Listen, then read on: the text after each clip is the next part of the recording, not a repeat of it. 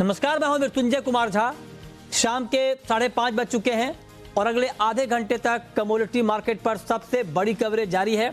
आपके सवालों का सबसे बड़ा मंच तैयार है। अगर आपने कमोडिटी में ट्रेड किया है या फिर नया ट्रेड करना चाहते हैं, जानना चाहते हैं कि आपके लिए कहां पर कमाई के मौके बन रहे हैं, तो आप सवाल पूछिए। नंबर आप नोट कर लें 02223001634। इसके अलावा आप 02223001635 पर भी अपना सवाल पूछ सकते हैं।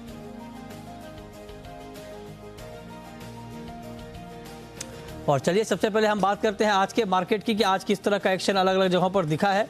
तो सबसे पहले आप जानिए कि क्या क्या आज मार्केट में हुआ है। गोल्ड का प्राइस 2.5 साल के लो पर है। चांदी में भी तेज गिरावट है, 8 महीने के निचले स्तर पर है चांदी के दाम। गोल्ड में गिरावट है, कच्चा तेल नीचे 85 के नीचे आ गया आज ब्रेंट। मेटल में भी बहुत तेज गिरावट का माहौल बना हुआ है और कॉपर और जिंक 2 महीने के लो पर, एल्युमिनियम 18 महीने के निचले स्तर पर, पाम तेल 21 महीने के निचले स्तर पर, सोयाबीन और सोया तेल 2 हफ्ते के लो पर यूएस में, यूएस कॉटन करीब 2 महीने के निचले स्तर पर। तो आज मार्केट में चौतरफा बिकवाली का माहौल बना हुआ है। अनुज जी, ओवरऑल मैं आपसे सवाल पूछना चाहता हूं, जो कमोडिटी मार्केट में एक पैनिक सेलिंग का माहौल बना है, उसके पीछे की वजह डॉलर निश्चित तौर पर है, इसके अलावा क्या है और क्या ये गिरावट अभी कंटिन्यू रहने वाली है? मृत्युंजय जी, गुड इवनिंग। देखिए, जनरली हमने देखा है कि जब इक्विटी मार्केट में एक गिरावट देखने को मिलती है या अगर मनी मार्केट में गिरावट देखने को मिलती है, तो कई बार मार्जिन कॉल्स की वजह से भी हमें एक सेलिंग प्रेशर आता हुआ देखते हैं। तो इनफैक्ट हमने कमोडिटी में ही नहीं, हमने करेंसी मार्केट में भी एक सभी करेंसी में गिरावट देखी है। जहां हमने रुपी लाइफ टाइम लो पर है, पाउंड करीबन 37 साल के लो पर है, तो सभी करेंसी भी यहाँ पर गिरी हैं। तो कमोडिटी के साथ साथ करेंसी के अंदर भी गिरावट देखने को मिली है। तो कहीं ना कहीं डॉलर एक इसका बड़ा रीजन है और जिस तरीके से सभी मार्केट में गिरावट हुई है, तो उसका एक बड़ा इंपैक्ट जो है वो मार्जिन कॉल को लेकर है। और साथ में जो इंटरेस्ट रेट बढ़े हैं उससे जो लिक्विडिटी कॉल को लेकर है, और साथ में जो इंटरेस्ट रेट बढ़े हैं उससे जो लिक्विडिटी है उस पर असर आता हुआ दिखाई दिया, जिसकी वजह से हमने सभी जो मार्केट है उसमें गिरावट देखने को मिली है। तो ये राय आप कह रहे हैं कि ओवरऑल मार्केट में, तो ये तो ठीक है सर, लेकिन आगे क्या होगा? देखिए, आगे का सेंटीमेंट अभी अगर हम देखें तो एक नेगेटिव साइड में आता हुआ दिखाई दे रहा है, क्योंकि जिस तरीके से इंटरेस्ट रेट बढ़े हैं, सब जो इन्वेस्टमेंट है वो डॉलर की तरफ शिफ्ट होती हुई दिखाई दी है। तो अगर हम देखें तो उसकी वजह से हमने गोल्ड सिल्वर में गिरावट आते हुए देखी है। तो आगे का भी लग रहा है कि जो गोल्ड सिल्वर वहाँ पे थोड़ी बहुत गिरावट आपको देखने को मिल सकती है। हालांकि प्राइस इतने नीचे आ चुके हैं जो कि काफी अट्रैक्टिव लग रहे हैं बायर्स के लिए। हालांकि इंडिया में अगर देखें तो यहाँ पर फेस्टिवल सीजन है, तो उसका बेनिफिट यहाँ देखने को मिलेगा। बात करें क्रूड की, तो क्रूड के प्राइस अब $85 आपका ब्रेंट देखने को मिल रहा है और $78 आपका WTI आ गया, जो हम काफी दिनों से देख रहे थे कि वो लेवल्स यहाँ पर आते हुए दिखाई दिए हैं। कॉपर अगर हम बाकी बेस मेटल्स की बात करें तो सभी बेस मेटल में due to slow down recession के चलते यहाँ पर एक गिरावट देखने को मिल रही है। तो और साथ में अगर हम एग्रीकल्चर कमोडिटी की बात करें तो इस बार जो हम साल के स्टार्टिंग में सभी एडिबल ऑयल्स को स्काई रॉकेट होते हुए देख रहे थे, अब वो दोबारा से जमीन पर आते हुए दिखाई दे रहे हैं। तो कहीं ना कहीं सप्लाई साइड और जो डिमांड है वो यहाँ पर कम होती हुई दिखाई दी है, सप्लाईज यहाँ पर बढ़ी हैं, और उसकी वजह से हमने एग्रीकल्चर कमोडिटी के अंदर भी गिरावट आते हुए देखी, चाहे वो कॉटन हो चाहे आपका एडिबल ऑयल हो। तो आने वाले समय में हमारा मानना है कि अभी जो एक तेजी की रफ्तार थी कमोडिटी मार्केट में, वो थोड़ी सी थमती हुई दिखाई दी है, मगर उसमें हम देखेंगे कहीं ना कहीं अपॉर्चुनिटी आती हुई दिखाई देगी। मगर फिलहाल अभी जो ट्रेंड बन रहा है मार्केट के अंदर, वो थोड़ा सा अभी गिरावट का माहौल बनता हुआ दिखाई दे रहा है। वीरेंद्र जी, अब मैं आपसे गोल्ड और सिल्वर पर पूछता हूं सर। यहां पर भी बहुत तेज गिरावट है, रुपए में रिकॉर्ड गिरावट के बावजूद एमसीएक्स पर कोई बड़ा सपोर्ट मिलता हुआ दिख नहीं रहा है। क्या भाव आप देख रहे हैं सर एमसीएक्स पर गोल्ड सिल्वर का?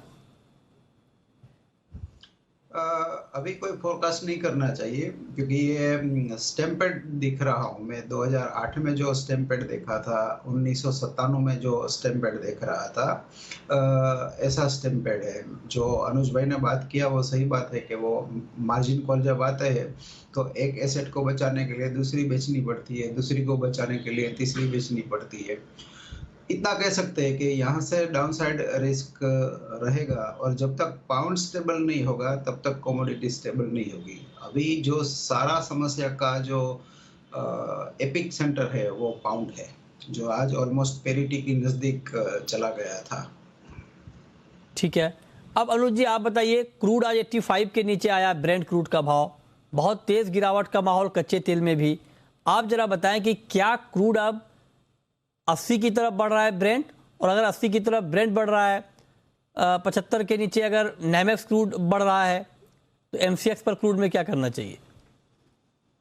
और देखिए क्रूड डेफिनेटली यहाँ पर एक डाउन ट्रेंड में आता हुआ दिखाई दिया है। जब से हमने $139 के लेवल देखे थे, वहाँ से एक गिरावट रही है। बीच में हमने देखा था कि जो सप्लाईज थी वो कम हुई थी, और अब हम देखें तो यहाँ पे सप्लाई बढ़ती हुई दिखी है। डिमांड डेफिनेटली यहाँ पर कम हुई है, जिसकी वजह से हमने देखा है कि जो इंटरनेशनल कंपनीज है वो डिस्काउंट में आती हुई दिख रही हैं। तो उसकी वजह से हमने देखा है कि ब्रांड का भाव ऑलमोस्ट $85 और WTI $78 के आसपास ट्रेड कर रहा है। MCX में भी देखें तो आप प्राइसेस 6400 के आसपास मूव करते हुए दिखाई दे रहे हैं, जो ऑलमोस्ट कॉन्ट्रैक्ट लो के लेवल्स हैं। तो गिरावट का जो ट्रेंड है वो यहाँ पर आता हुआ दिख रहा है। रिसेशन सबसे बड़ी वजह है, स्लो डाउन सबसे बड़ी वजह है जो क्रूड में गिरावट का ट्रेंड दिख रहा है। और ये कहीं ना कहीं अगर ये कहीं नुकसानदेह भी है तो कई कंट्रीज के लिए ये पॉजिटिव भी है, क्योंकि क्रूड के प्राइस नीचे आएंगे तो जो इन्फ्लेशन सबसे पहले उठाता इकोनॉमीज के लिए, वो यहाँ पर अब कंट्रोल होता हुआ दिख रहा है।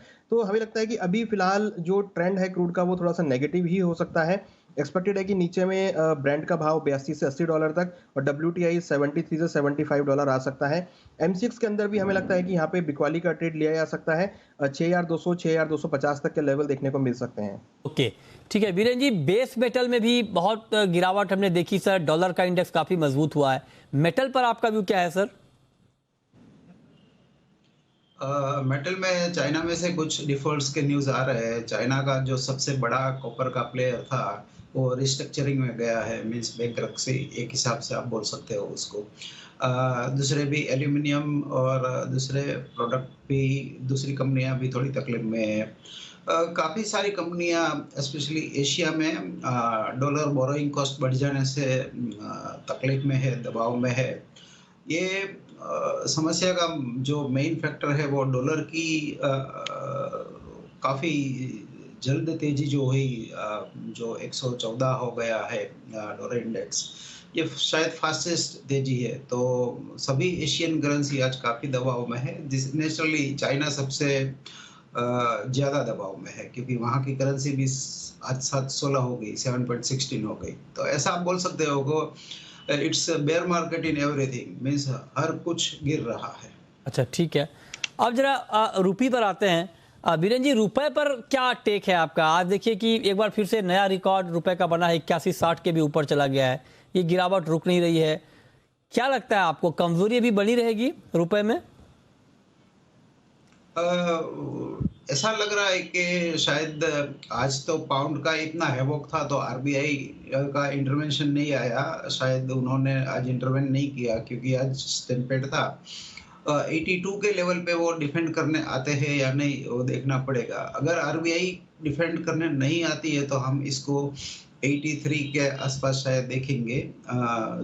मैं अगर फंडामेंटल ना देखूं और सिर्फ चार्ट की भाषा में फोरकास्टिंग करूं तो 83.30 का लेवल इलियट वेव के हिसाब से दिख रहा है अगले 2-3 वीक के हिसाब से। ये राय आपकी हो गई रुपये के ऊपर कि रुपए में इस वक्त आपको करना क्या चाहिए। चलिए अब हम आगे बढ़ते हैं। अब हम बात करने वाले हैं पाम की, क्योंकि पाम पर कई खबरें आई हैं।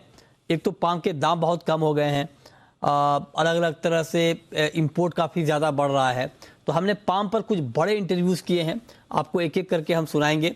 और सबसे पहले आपको सुनाते हैं कि मलेशियन पाम ऑयल काउंसिल के चेयरमैन ने ओवरऑल पाम मार्केट को लेकर, उत्पादन को लेकर क्या कहा है, क्योंकि इंडिया के लिए मलेशिया और इंडोनेशिया ये दो सबसे बड़ा मार्केट है पाम इंपोर्ट का।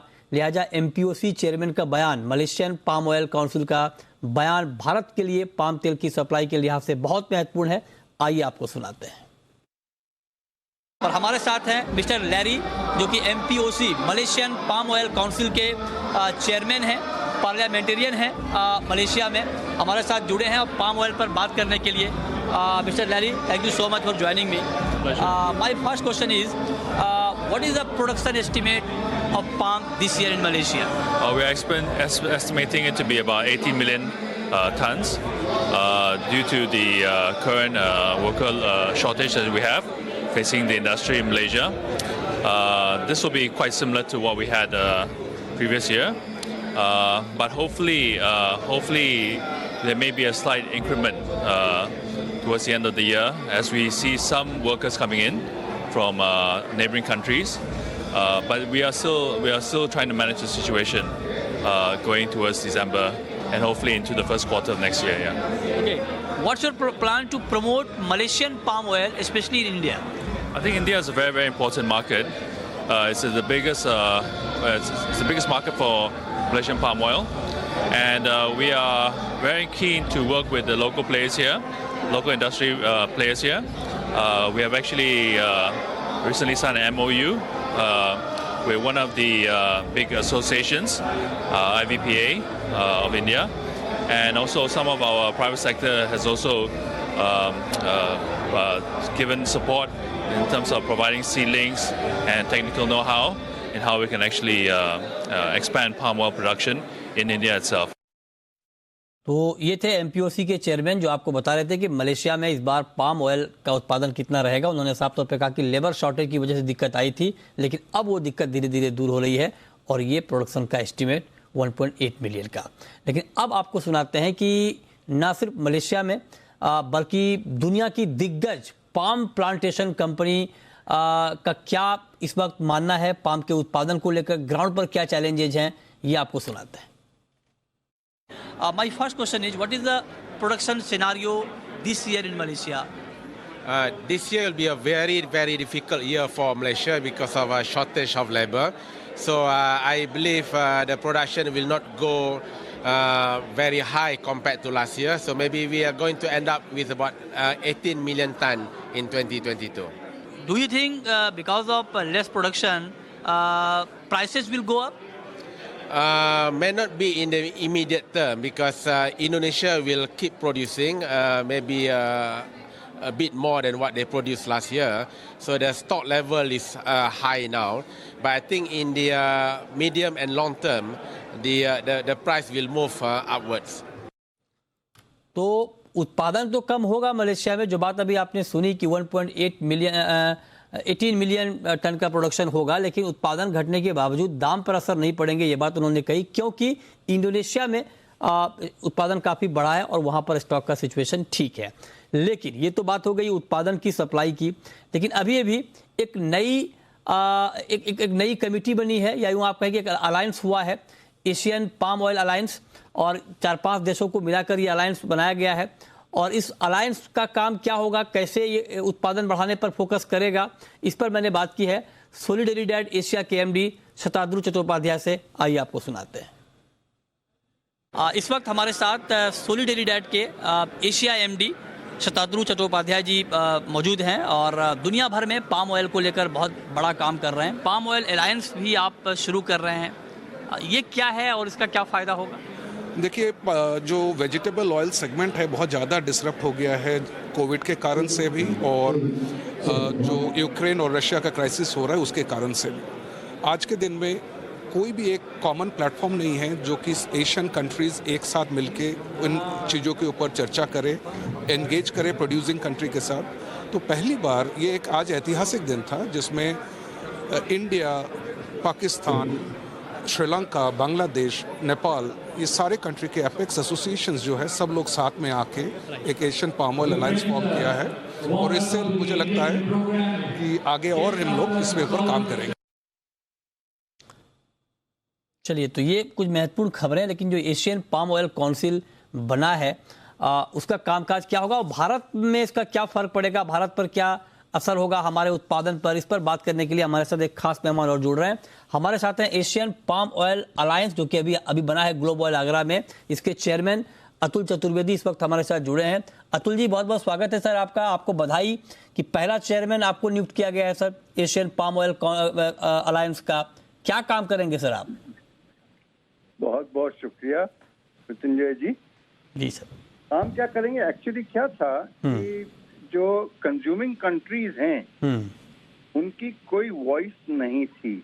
आप देखिए, हिंदुस्तान या अपने आसपास के देश या एशिया मिला के ऑलमोस्ट 40% पाम ऑयल हम लोग कंज्यूम करते हैं, और यूरोप जो केवल 12% पाम ऑयल कंज्यूम करता रहा है, उसकी इतनी ज़्यादा वक़्त है, वो इतनी ज़्यादा वॉइस है।